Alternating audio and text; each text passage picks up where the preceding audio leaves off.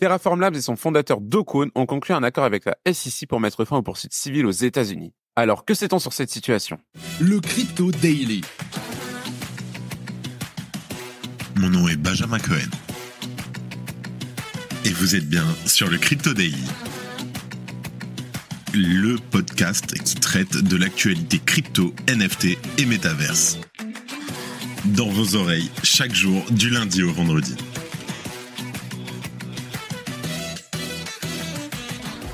On évoquera ensuite le volte-face de Joe Biden à l'égard des cryptos, avant de faire un point sur les ETF et Ethereum. Mais avant tout ça, et comme d'habitude, le coin du marché. Here comes the money. Here we go. La semaine termine dans le vert pour le marché des cryptos. Le Bitcoin gagne 0,75% sur les dernières 24 heures pour un prix de 68 000 $. L'Ethereum augmente très légèrement de 0,18% pour un prix de 3 735 $.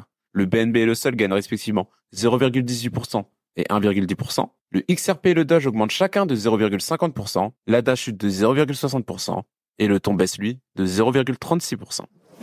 Do Kwon et la SEC trouvent un accord. La société Terraform Labs, basée à Singapour, et son fondateur Do Kwon ont conclu un accord de règlement avec la SEC pour mettre fin aux poursuites civiles engagées aux États-Unis. Terraform Labs et Do Kwon font face à des allégations d'escroquerie à l'égard d'investisseurs en crypto-monnaie. Cet accord intervient après qu'un jury du tribunal du district sud de New York a déclaré la société et Do Kwon responsable de fraude civile en avril dernier. Les détails du règlement n'ont pas encore été rendus publics à l'heure actuelle. Mais l'accord provisoire, lui, a été divulgué sur un site web du tribunal et le juge du district américain Jed Rakoff a demandé à la SEC et aux défendeurs de soumettre des documents justificatifs avant le 12 juin prochain. Pour rappel, la SEC a accusé Do Kwon et Terraform Labs de tromper les investisseurs sur la stabilité de leur stablecoin TerraUSD, mais aussi d'avoir faussement prétendu que leur technologie blockchain était utilisée dans une application de paiement mobile coréenne de premier plan. La fraude présumée a conduit à l'effondrement de TerraUSD et du jeton natif du réseau Luna en mai 2022. Cette situation a entraîné des pertes pour les investisseurs estimées à plus de 40 milliards $. La SEC a décrit l'incident comme une tromperie massive qui a fait disparaître des dizaines de milliards $ de valeur marchande presque du jour au lendemain. La SEC avait demandé des sanctions financières importantes, notamment l'abandon de 5,3 milliards $ de bénéfices jugés mal acquis, mais également des amendes d'un montant total de 520 millions $ pour Terraform Labs et Do Kwon. De leur côté, Do Kwon et sa société ont fait valoir que les amendes maximales autorisées étaient nettement inférieures. On parlerait de 3,5 millions $ pour Terraform Labs et moins d'1 million $ pour Do Kwon. Do Kwon, qui fait actuellement l'objet de poursuites pénales aux États-Unis et en Corée du Sud, continue de nier tout acte répréhensible. Mais rappelons quand même qu'il a été arrêté au Monténégro en mars 2023 après avoir tenté de quitter le pays en utilisant de faux documents. Depuis son arrestation, il attend son extradition après avoir purgé une peine au Monténégro. Mais les autorités monténégrines doivent encore déterminer s'il sera envoyé aux États-Unis ou en Corée du Sud. Et si investir en crypto-monnaie était aussi simple qu'un virement bancaire? Découvrez Bitvavo, la plateforme européenne pour acheter Bitcoin, Ethereum et plus de 250 autres crypto-monnaies en quelques clics et régulées par l'AMF. Profitez de frais ultra compétitifs de 0 à 0,25% et surtout bénéficiez de 20 € offerts à l'inscription et jusqu'à 10 000 € de trading gratuit la première semaine. Mettez aussi en place des achats récurrents avec la stratégie DCA et maximisez vos rendements avec nos options de staking. Ne manquez pas cette opportunité. Inscrivez-vous via le lien dans la description de ce podcast pour profiter de l'offre spéciale de 20 € offerts. Rejoignez Bitvavo aujourd'hui et prenez le contrôle de votre avenir financier. Collaboration commerciale.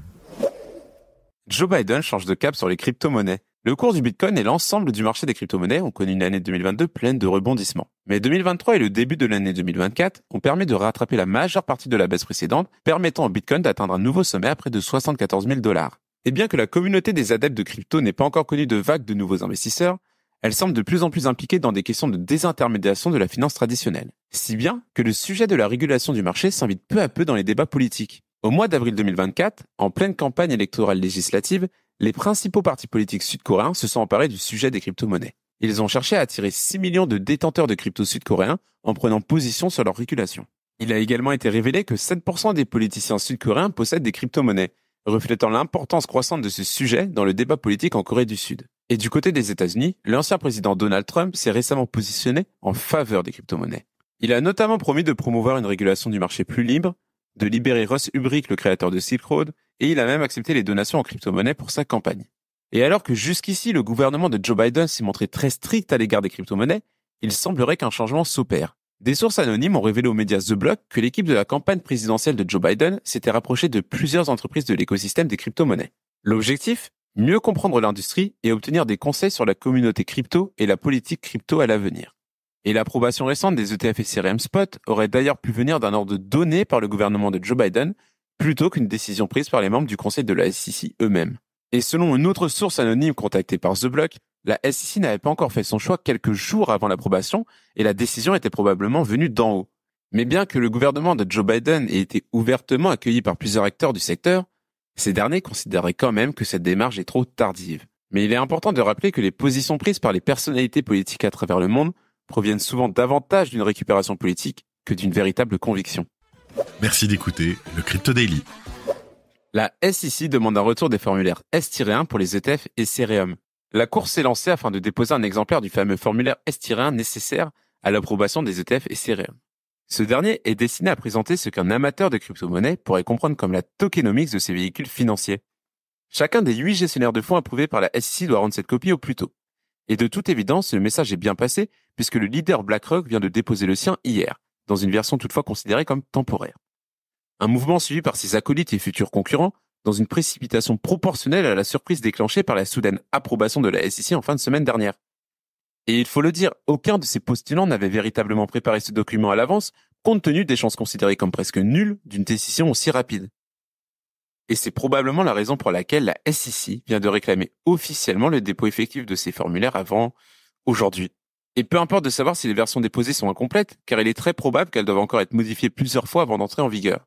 Les analystes, eux, expliquent simplement que les détails des paniers de démarrage de ces fonds sont assez simples à inclure dans les formulaires S-1. Ce n'est donc pas nécessairement sur ce point que la SEC pourrait réclamer les modifications les plus importantes car d'autres versions vont sûrement être exigées par l'instance. Et dans ce contexte sous tension, le dernier dépôt de formulaire concerne S-3 modifié déposé par le gestionnaire Grayscale. Alors pourquoi un document différent du S-1 ? Tout simplement car ce dernier concerne une mutation du fonds Grayscale Ethereum Trust déjà lancé depuis mars 2019. Rappelez-vous, c'était déjà le cas avec son ETF Bitcoin au comptant GBTC. Et c'est l'occasion pour Grayscale de détailler les formalités associées à ce véhicule financier considéré comme le fonds Ethereum le plus important du monde. Il détiendrait à lui seul 2,5% de l'offre totale en circulation de la crypto-monnaie ETH. Et une seule question reste véritablement en suspens dans le cas du fonds Ethereum de Grayscale. Va-t-il connaître la même hémorragie intense et soutenue que sa version Bitcoin lancée en janvier dernier ? Et voilà, c'est la fin de nos news majeures de la journée, et on passe maintenant au bref. Trump est-il conseillé par Musk ? Elon Musk a nié les rapports affirmant qu'il conseillait Donald Trump sur des questions liées aux cryptos. Il a déclaré qu'il n'avait jamais discuté de crypto avec Trump, mais qu'il soutient les initiatives qui transfèrent le pouvoir aux citoyens. Layer 0 intègre Solana à son bridge. Layer 0 a annoncé l'ajout de Solana à son réseau de plus de 70 blockchains. Cette intégration permet aux développeurs de créer des applications pouvant transférer des actifs et des données entre Solana et d'autres réseaux. On continue avec Bubblemask qui mène l'enquête sur le Mother. La rappeuse et mannequin Iggy Azalea a lancé Mother, un memcoin sur Solana, suivant l'exemple de Caitlyn Jenner. Bien qu'elle affirme détenir seulement 3% du token, des soupçons de délit d'initié sont apparus. Vitalik donne 30 ETH pour soutenir les fondateurs de Tornado Cash. Vitalik Buterin, fondateur d'Ethereum, a récemment fait don de 30 ETH pour soutenir Alexei Pertsev et Roman Storm, les développeurs de Tornado Cash. Pour rappel, ils ont été condamnés pour avoir protégé la confidentialité des données financières. Et on termine la semaine avec les Pudgy Penguins qui annoncent un jeu mobile pour 2025. Ce jeu mobile sera développé par Mythical Marketplace sur la chaîne Mythos.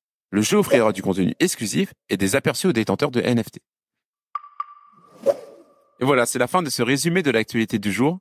Évidemment, pensez à vous abonner pour ne pas rater le suivant, quelle que soit d'ailleurs l'application que vous utilisez pour nous écouter. Rendez-vous aussi sur Twitter et LinkedIn pour d'autres contenus d'actualité exclusifs. Je crois que j'ai tout dit. Faites attention à vous, passez un très bon week-end, et moi je vous dis à lundi. C'était Benjamin pour le Crypto Daily. Merci et à très vite.